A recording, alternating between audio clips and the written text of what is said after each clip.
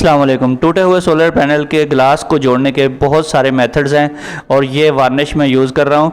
इसके अलावा इपॉक्सी भी आप यूज़ कर सकते हैं। इपॉक्सी यूज़ करेंगे तो उसकी स्ट्रेंथ बहुत ही ज़्यादा आती है। ये सोलर पैनल पूरे का पूरा इसका ग्लास क्रैक हो जाता है।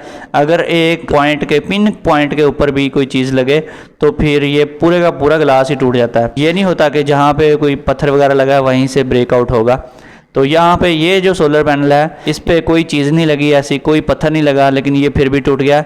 इसकी रीज़न क्या है वो मैं आपको वीडियो में बताऊंगा। ये वार्निश है, ये आपको पेंट वाली शॉप से मिल जाएगी। इसके अलावा अगर आप इपॉक्सी यूज़ करते हैं, इपॉक्सी इससे भी ज़्यादा उसकी बहुत ज़्यादा मजबूती है, वो बहुत ही अच्छी चीज़ होती है, लेकिन उसमें ट्रांसपेरेंट टाइप की प्रोडक्सी चाहिए। और इपॉक्सी जिसको अप्लाई करने के बाद भी उसका कलर चेंज ना हो। जो हल्की किस्म की इपॉक्सी होती है वो कलर धूप की वजह से चेंज कर जाती है, जिसकी वजह से सोलर पैनल के करंट की एफिशिएंसी कम हो जाती है और इसकी पावर प्रोडक्शन हमें पूरी नहीं मिलती। और आपने सिर्फ और सिर्फ ये मेथड उस सोलर पैनल के ऊपर अप्लाई करना है जिसका सिर्फ ग्लास टूटा हुआ हो और उसके वोल्टेज और करंट बिल्कुल ठीक हो। ये सोलर पैनल, इसका करंट वोल्टेज बिल्कुल ओके है, हर चीज़ पूरी है। टूटे हुए ग्लास के ऊपर अप्लाई करने के लिए आपने एक स्क्रैपर यूज़ करना है जिसे नहला भी कहा जाता है। ये आमतौर पे पेंट वाली शॉप से मिल जाता है। डब्बा ले लेना है, एक छोटा पैक भी इसका मिलता है, ये क्वार्टर पैक है।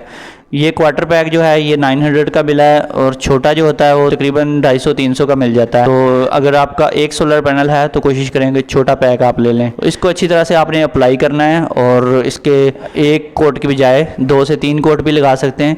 अच्छा, कुछ लोग इसमें मिट्टी का तेल मिक्स करते हैं, मिक्स करने के बाद वो इसको अप्लाई करते हैं। हालांकि ये मिट्टी का तेल तब अप्लाई किया जाता है जब हमने किसी वुडन चीज़ के ऊपर, लकड़ी वगैरह के ऊपर इसको अप्लाई करना हो। तो ग्लास के ऊपर अप्लाई करने के लिए मिट्टी का तेल बिल्कुल नहीं डालना। उससे ये होगा कि सही तरह से इसकी लेयर नहीं चढ़ेगी। मोटी लेयर अगर चढ़ानी है तो मिट्टी का तेल बिल्कुल नहीं डालना है। इसको इसी तरह गाढ़ा गाढ़ा ही आपने लगा देना है। तो इसको अच्छी तरह से अप्लाई करते जाएंगे और अच्छा इसको तेज़ी से आपने लगाते जाना है क्योंकि बड़ी तेज़ी से ड्राई होता जाता है। साथ साथ ही आपने इसको फैलाते जाना है। अगर एक जगह पे छोड़ दिया तो उधर ये जमना शुरू हो जाता है। इसके बाद आपने दूसरा कोट लगाना स्टार्ट कर देना है। दूसरा कोट भी अच्छी तरह से आपने इसके पूरे के ऊपर अप्लाई कर देना है। इस वार्निश के 2 अगर अच्छे तरीके से कोट लग जाएं तो ये लोहे की तरह मजबूत हो जाता है, लेकिन अगर अपॉक्सी लग जाए, अपॉक्सी बहुत ही ज़बरदस्त चीज़ है, वो इससे भी ज़्यादा उसकी मजबूती है।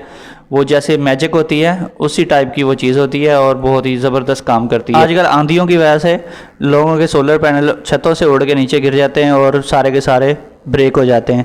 और जब भी आपने वार्निश की मदद से उसको जोड़ना है तो फिर आपने सबसे पहले ये देखना है कि उसके एम्पेयर और वोल्टेज पूरे आ रहे हैं या नहीं आ रहे। अगर एम्पेयर और वोल्टेज पूरे नहीं आ रहे तो फिर आपको इस तरह से अप्लाई करने का कोई फ़ायदा नहीं है। नेक्स्ट वीडियो में इंशाल्लाह टूटे हुए जो सोलर पैनल्स होते हैं जो करंट और वोल्टेज पूरा नहीं दे रहे होते उसको भी ठीक करने का मैं तरीका बताऊँगा। देखने में आया कि बहुत सारे लोगों के सोलर पैनल्स आंधी और तूफान की वजह से उड़ के नीचे गिर जाते हैं। उन्होंने स्टैंड के ऊपर प्रॉपरली उनको टाइट नहीं किया होता, नट बोल्ट नहीं लगाए होते, इसलिए वो निकल के नीचे गिर जाते हैं। लेकिन कुछ लोगों ने स्टैंड के ऊपर लगाए भी होते हैं, उनको नट बोल्ट्स भी लगाए होते हैं, लेकिन फिर भी वो टूट जाते हैं। वो पत्थर लगने की वजह से टूटते हैं। लेकिन कुछ लोगों के पत्थर लगने के अलावा भी टूटते हैं, यानी पत्थर भी नहीं लगा, कोई बॉल वगैरह भी नहीं आके लगी, कुछ भी नहीं लगा, लेकिन फिर भी ग्लास ब्रेकआउट हो जाता है। उसमें आपके वेल्डर का कसूर है। जब वेल्डर सही तरह से आपका स्टैंड जो आप उससे तैयार करवाते हैं, खासतौर पर एंगल पट्टी का बना हुआ स्टैंड जिसके अंदर सोलर पैनल्स को रखा जाता है, उसकी अगर वो प्रॉपरली मेजरमेंट करके उसको नहीं बनाता, फिर स्टैंड में सोलर पैनल्स को फिट किया जाता है, उसमें उसके चारों साइडों पे कोई भी गैप नहीं बचता। यानी कि 2 सोलर पैनल्स के दरमियान में भी हाफ ऑफ इंच का गैप आना चाहिए और सोलर पैनल की हेड वाली साइड पे भी गैप आना चाहिए ½ इंच का और टेल वाली साइड पे भी ½ इंच का गैप आना चाहिए। ½ इंच का हो या कम से कम 2 सूत्र का गैप हो, वो लाजमी आना चाहिए।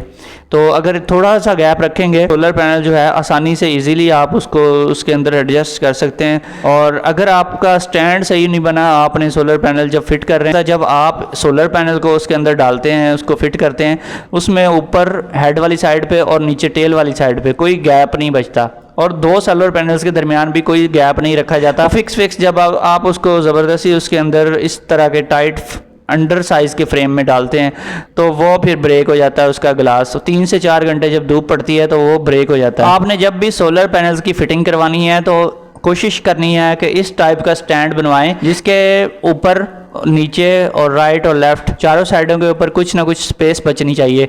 कम से कम ½ इंच या फिर इससे भी कम अगर रखनी है तो फिर 2 सूत्र की स्पेस लाजमी होनी चाहिए। अगर ये गैप बिल्कुल नहीं होगा तो आप वो स्टैंड जब फिट करवाएंगे सोलर पैनल की फिटिंग वाले से, वो उसके अंदर वैसे ही फिट करके चला जाएगा। फिटिंग वाला वो ज़बरदस्ती उसके अंदर उसको सोलर पैनल को डाल के फिट करके चला जाएगा, सब कुछ ठीक करेगा, नट बोल्ट्स भी लगाएगा, लेकिन फिर भी आपका सोलर पैनल स्टैंड के ऊपर फिट हुआ पड़ा ही फट जाएगा। जब धूप पड़ती है तो शीशा जो है आप जानते हैं कि वो फैलता है, चाहे कोई भी चीज़ है, कोई मेटल है या फिर ग्लास है, उसने फैलना होता है धूप की वजह से, और ठंडा हो गया वो सिकुड़ता है। इस फैलने और सिकुड़ने के अमल के दौरान उसको स्पेस चाहिए, चारों तरफ स्पेस चाहिए। तो जब उसको स्पेस नहीं मिलेगी तो वो फिर फट जाएगा।